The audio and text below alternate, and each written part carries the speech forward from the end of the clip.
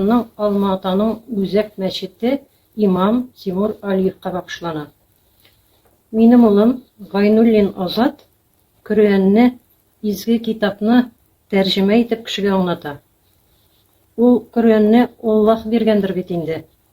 Аны аңлаткан кеше турында бу имамга хас булмаган видеолар яздыра. Аның башы дөрес түгел. Ул еврей. Ул мусульман түгел. Ул неокоранит. Ул тиздән үзе юкка чыгачак. Дип менә шундый ниләр яза. Шайтан, даҗҗал, менә шундый яшәк сүзләр.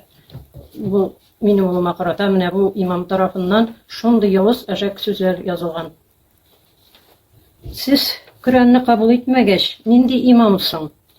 Коръәнне переводить итүчеләрне һәм кешегә аңлатучыларны коранит дип атагач, сез нинди имамсың?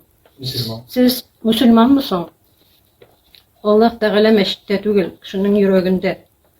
Аллаһ Тәгалә белән безнең арага посредник кирәк түгел. Моны бөтен кеше белә. Безне Аллаһ Тәгалә бәхетле булырга яраткан. Бары ул кушканча яшәргә кирәк.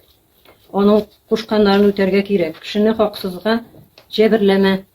Аның хукукларын чикләмә. Аллаһ Тәгалә биргән гомеренә кул салма.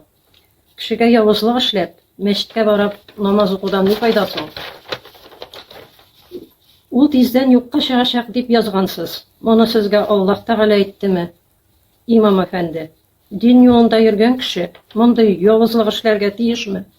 Сезнең хакыгыз бармы имам булып эшләргә? Сезнең хакыгыз юк имам булып эшләргә. Шушылай кешене котырту дөресме? Кайсы изге китапта Аллаһ Тәгалә сезгә шулай эшләргә кушты? Әйтегез әле. Шундый имам буламыни? Шундый кешегә әшәклек, явызлык теләп, кеше котыртып ятучы имам булырга тиешме? Ятыгыз бармы сезнең? Шундый сүзләр әйт. Ятыгыз. Шуның кадәр шакшылык бит бу. Шуның кадәр әшәклек бит бу. Шуның кадәр явызлык булган имам ул. Дин юлында йөргән кешенең йөзе яктырып торырга тиеш. Ул нинди начар кешене дә юлга бастырырга тиеш. Әйбәт сүзләр белән бер кайчанда кешене яманламыйча булышырга тиеш кешегә. Ятсызлык бит бу. Изге китапны аңлата ул сез коранит дип атаган кешеләр. Искажение сез аңлата. Нигә аңа ачугыз килә? Моны бөтен кеше белә бит. Бу яшәрен түгел бит. Бар кеше белә. Бөтен кеше аңлый торган әйбер бит бу. Ритуаллы нәрсәгә кирәк икәнен. Аллаһ Тәгаләнең бөтен әйберсе дә бар. Аңа садака да бер нәрсә дә ритуаллар да кирәк түгел. Кеше булуың кирәк. Син кешеме? Сез кешеме?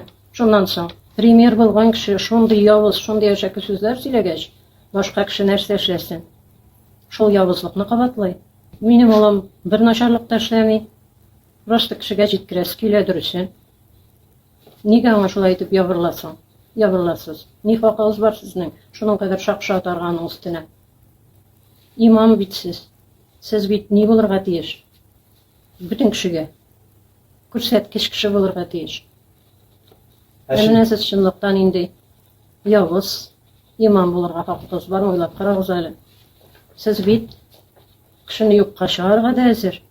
Ни хакыгыз бар сезнең Аллаһ Тәгалә биргән гомергә кул салырга? Имам әфәнде, җавап бирегез әле миңа.